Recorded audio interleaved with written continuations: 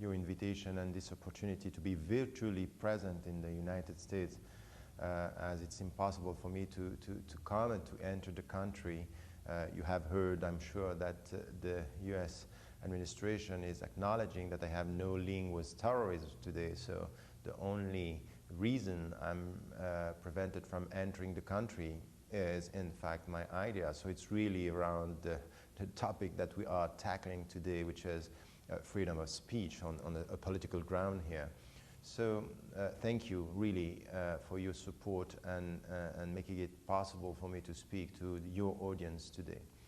I just want to go straight to the point because it's a very important issue that we are trying to discuss around freedom of speech, and when this freedom deals with religious or cultural fields. I think that the best example is what happened with the cartoons recently throughout the world, and mainly, of course, in Europe and in Islamic majority countries. It's as if out of all this crisis, what we got is a polarization between people saying we have our Western values and the Muslims are not ready to accept them, and on the other side, Muslims saying, look, the West is against Islam and they are ready to anything or to say anything against us. And I really think that the heart of the discussion here is to come to something which is a better understanding, and to come to a better understanding of this freedom of expression, but at the same time, the way the people are speaking about it. So, to ridicule religion, to joke about it, to laugh at it, it's something which is part of a long history in the West. It's something which is deep and known, and in our daily life you can see this with people laughing at Christian values, Christian symbols, or Jewish symbols. And the Muslims are not used to that, or not so used to that.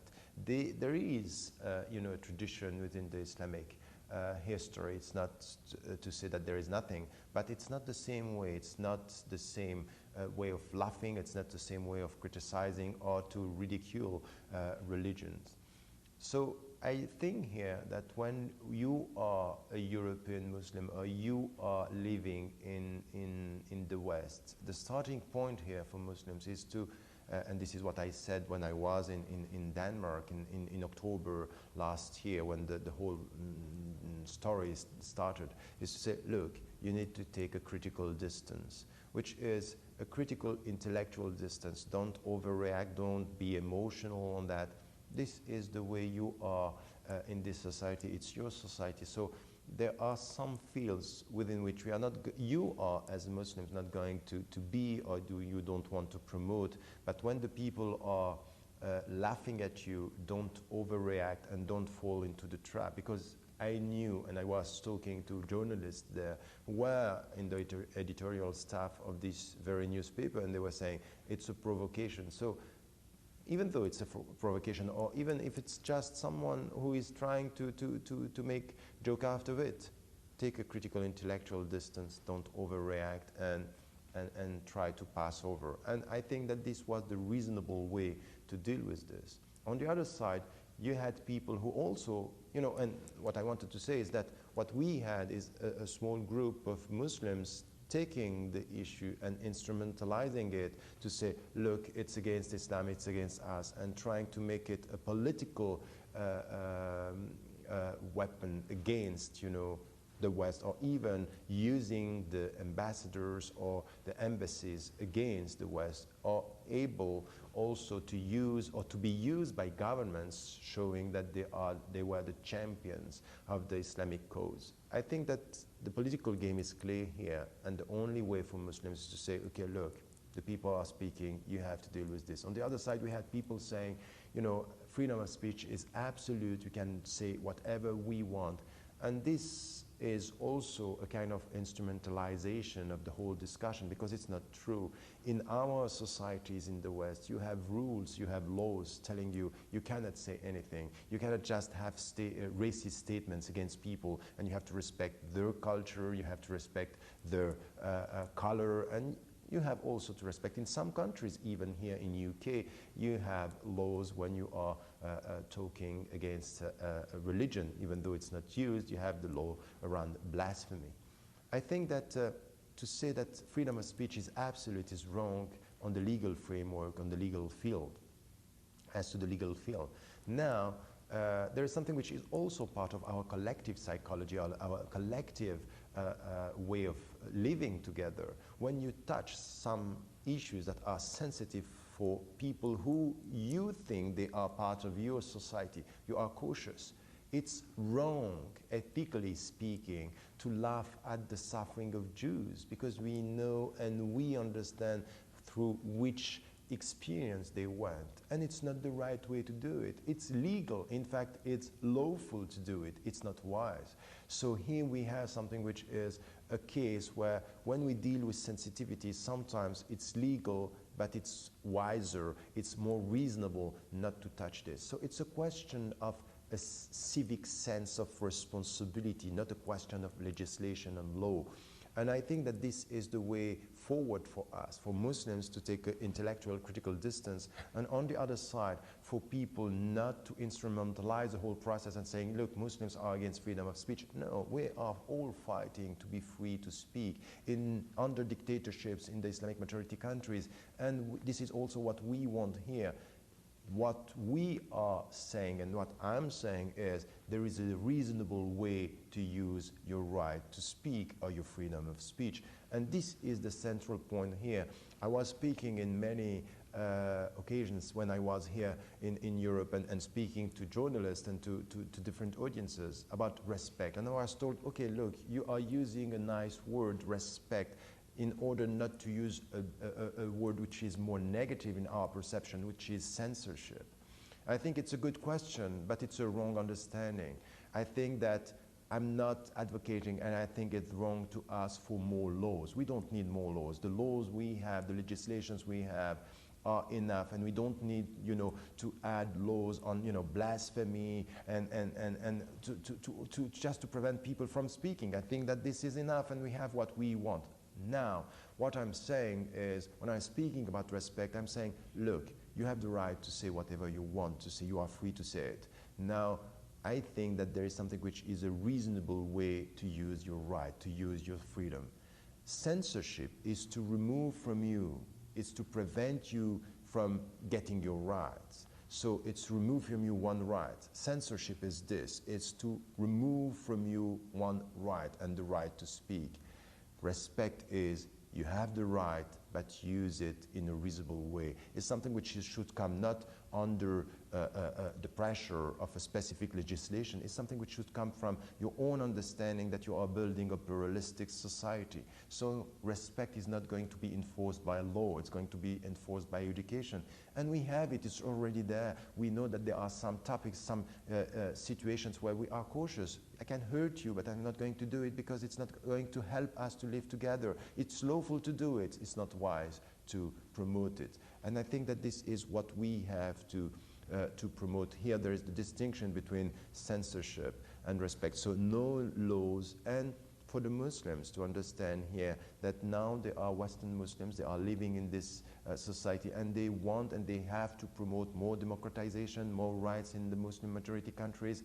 And it will come to this. It will come to don't try to prevent the people from speaking out of specific laws or by threatening them to death, meaning by that when you don't agree with what they are saying, you can just say, okay, if you are saying something which is against our religion or against our beliefs, you are going to kill you. This is not the way. This cannot be the way. And I think that this is the starting point of our discussion here, is to come to this common ground, the common values we have, and to build something for our societies, which is common universal values, common understandings, more respect and more sensitivity towards the sensitivity of the others. So the last point I want to make is this one. Very often people are saying, okay, you are speaking as a minority and you want to be respected as a minority, Muslim minority. I'm saying exactly the opposite. If you consider me or my presence as a Swiss citizen, a French citizen, or an American citizen, as a minority citizenship of Muslims, it's clear that you can think that I'm threatening, or the presence of Muslims is threatening the homogeneity of our society or the American society. Say, okay, they are here, and with these claims, they are threatening our values and our way of thinking. I'm saying exactly the opposite. Now your own society has changed. We are citizens, and there are new sensitivities coming. And to live together is just also to respect that. So to be wise and cautious is something which is with my society, not people alienating, people coming from outside. We have to change the perception of Islam being a foreign religion. It's a religion here, and we have to promote something which is no more laws on, censorship, but more respect towards pluralism, out of knowledge, out of living together. It doesn't mean that we cannot, and we should not, and we must not ask the Muslims to be less emotional, to condemn what is done in their name, and to be able to say, I don't agree with what you are saying, I don't like the way you are laughing, but I'm going to take a critical distance, and to respect it as long as you are not insulting me in a way which is not bearable. When this is the case, we have laws already that are helping us to live together. So it's the in-between process. It's not a question of legislation, it's a question of education, and at the end of the day, it's a question of common civic sense.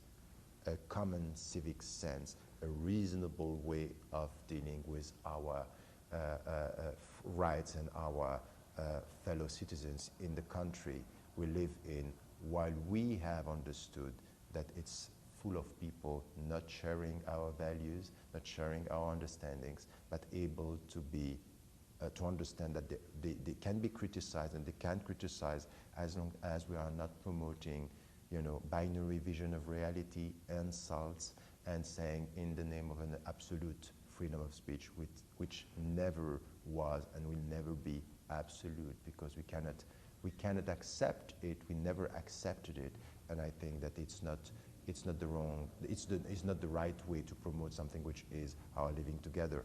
My conclusion here is that it's really important not to accept to be driven by forces that want to instrumentalize the whole process and to put the people against each other, saying Muslim on one side because the West is against it, and Westerners on the other side because Islam cannot just accept the Western values. This is totally wrong. We need the people in between understanding that we have common values to come and to refuse this polarization and to say, yes, freedom of speech is our value. Yes, we want it to be part of our daily life. We want it to be part of our dignity as human beings, but we know that our dignity is to claim our rights, to get our rights, and to be wise enough to use them in the right way.